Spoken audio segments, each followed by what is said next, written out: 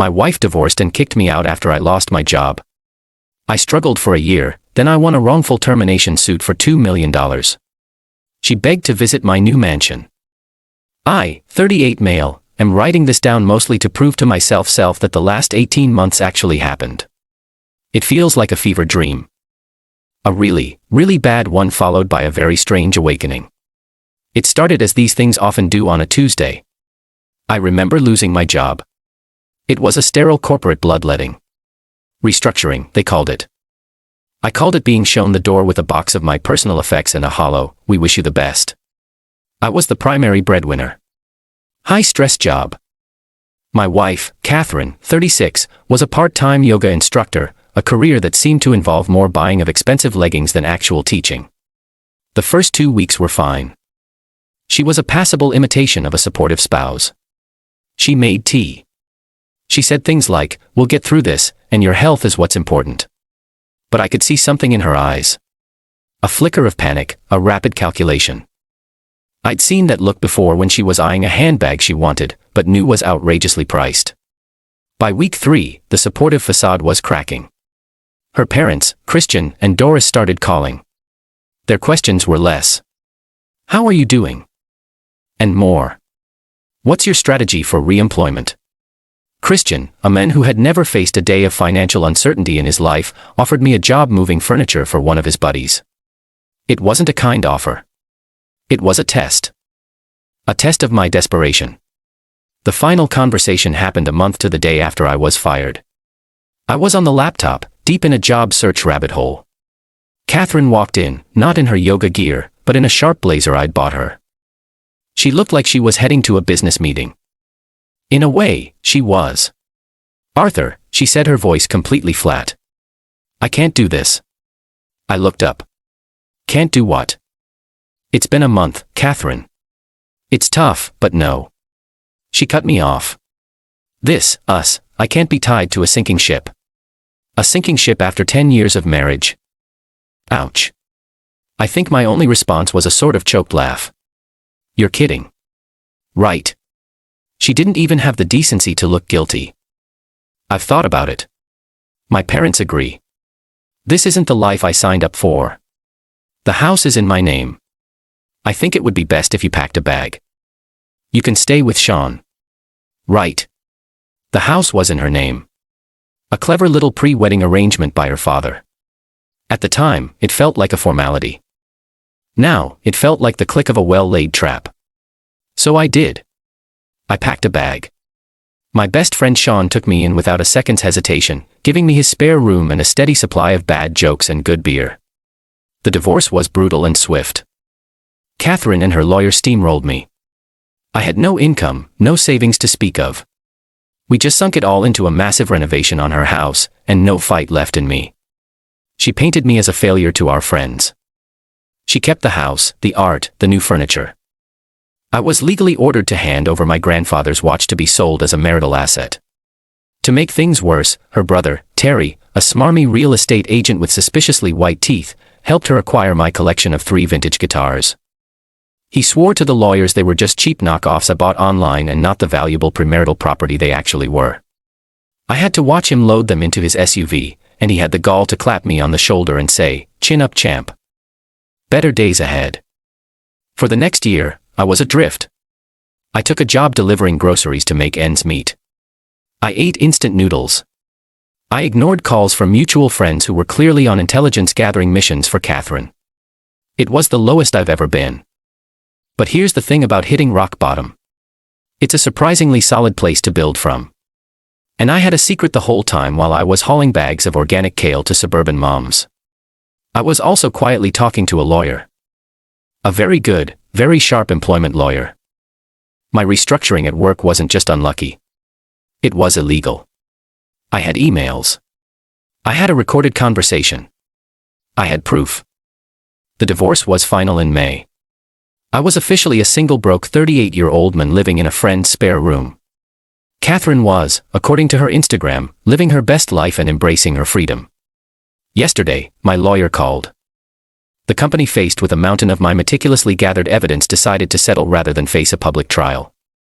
Update 1. First off, thanks for the comments and DMs. It's weirdly validating to know I'm not crazy. A few people asked what my first move was. Did I buy a Lamborghini? No. That's not my style. The first thing I did was cry. Just sat in my car for 10 minutes and let a year's worth of stress and humiliation pour out of me. It was cleansing. The second thing I did was call Sean. I told him the news, and he just started screaming with laughter. I transferred him $50,000 while we were on the phone. For the rent, the beer, the bad jokes, for being a friend when I had nothing. He tried to refuse, but I told him to shut up and buy that stupidly expensive guitar he's been drooling over. Then I got practical. Financial advisor, low-risk investments, the boring stuff, and I'm buying a house. It's not a done deal yet. We're in the middle of inspections and all the glorious paperwork, but I put a cash offer on a place last week and it was accepted. The timeline is still a few weeks out, but just knowing it's happening is enough. It's a modern place with lots of glass and a pool that overlooks a small private lake, a world away from Sean's spare room. The thought of having my own space again, my own coffee maker, my own front door, it's an incredible feeling. Even without a new address, the news of my changed circumstances started to travel. I rejoined the fancy gym I used to belong to. A few old acquaintances saw me there. Jaws dropped. The rumor mill must have gone into overdrive. The first text from Catherine came last Tuesday night. Catherine. Arthur. Hi. Word got around that you were back in town and buying a new place. Wow. So happy for you. We should catch up. I stared at that text for a full hour. The sheer audacity, the exclamation points felt like little daggers. So happy for you. I bet I channeled my inner stoic and replied with something I'd read in another story. Once it felt right. Me noted the 3 dots appeared and disappeared for the next 20 minutes. She was short-circuiting. An hour later, my phone rang. It was Jacqueline, Catherine's best friend and former chief gossip monger. Arthur. Oh my God. I cannot believe the news. A house on the lake, you dog. She squealed. Hey, Jacqueline. Listen, Catherine is just like so thrilled for you, but she's also a bit hurt, you know. She said your text was really cold. I almost laughed. Was it? I've been busy. Well, you know, she feels terrible about how things ended. Jacqueline went on, her voice oozing fake sympathy. She was under so much pressure. Her parents were in her ear. It wasn't really her, you know. The woman who called me a sinking ship and had her brother take my guitars, that wasn't her. A brief uncomfortable silence. She was emotional, Jacqueline stammered. Anyway, she just wants to talk. Clear the air. She still cares about you, Arthur. That's nice of her, I said, my voice calm. But my air is crystal clear. I'm focusing on my new life now. That old chapter is closed. I hung up before she could reply. I then went to the closet in Sean's spare room and dug out a box. In it, I found the original receipts and insurance appraisals for my guitars. I took a photo of the receipts. Then I found Terry's smug face on his real estate website. I forwarded the photos and his business address to my lawyer with a simple message. Let's get my property back. Update 2. Things have escalated.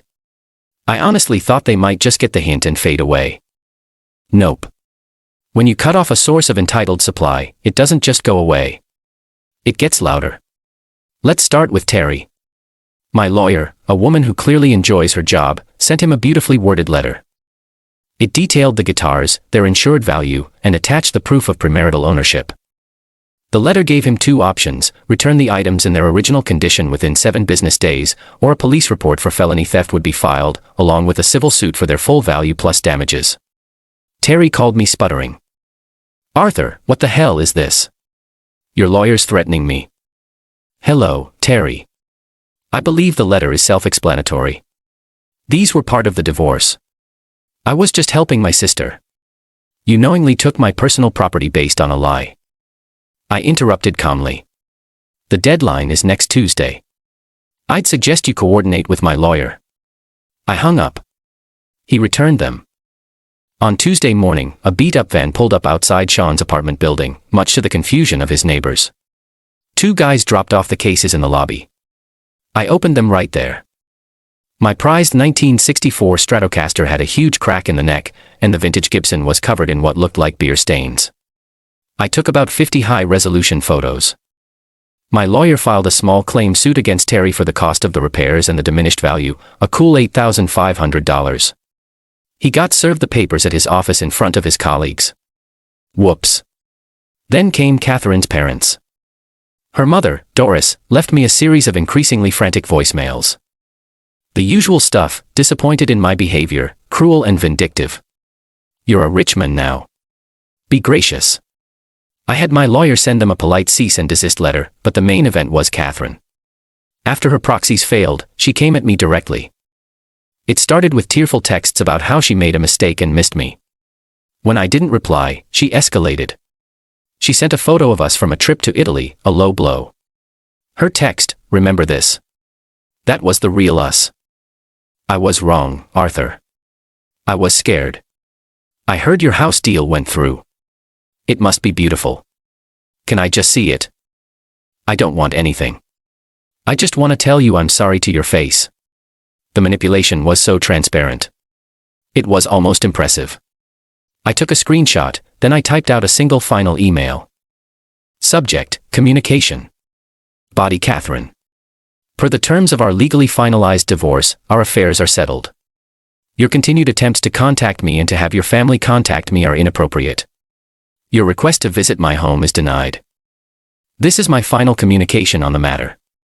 Any further contact from you or your family will be considered harassment. I wish you the best. Arthur. I attached a PDF of the final divorce decree, then I blocked her number. Blocked her parents, blocked Jacqueline. I built a digital wall. I thought that would be the end of it. How naive I was. Final update. It's over. Finally, I'm writing this from the desk in my new office overlooking the lake. The move-in was chaotic, but for the first time in almost 2 years, I feel at home. The last few months have been a master class in watching people refuse to accept consequences. The small claims case against Terry was hilarious. He showed up in a suit, ready to argue. I just showed the judge the before photos from the insurance appraisal and the after photos I took in Sean's lobby. The judge barely looked at Terry before awarding me the full amount. Sean told me Terry's real estate business is built on his reputation as a smooth, trustworthy guy. Apparently, being publicly slapped with a judgment for theft and damages isn't great for that image. Catherine's social circle imploded. Her narrative of the vindictive ex fell apart when people realized I hadn't actually done anything to her. I hadn't slandered her or yelled at her. I had just sent legally accurate letters and blocked her number. Last I heard, she was trying to find a roommate for her big house because she couldn't afford the mortgage and property taxes. Go figure. The grand finale happened about a month ago, a week after I'd finally gotten all the boxes unpacked here. It was a Saturday. I was in my kitchen making coffee when my security camera sent a notification to my phone. I tapped it open and there she was. Catherine. Standing at my new front gate, peering through the bars. She buzzed the intercom. I watched the video feed, my heart pounding just a little. Not with fear, but with a strange sense of finality. Arthur, it's me. Please just let me in. We need to talk. Her voice crackled through the speaker.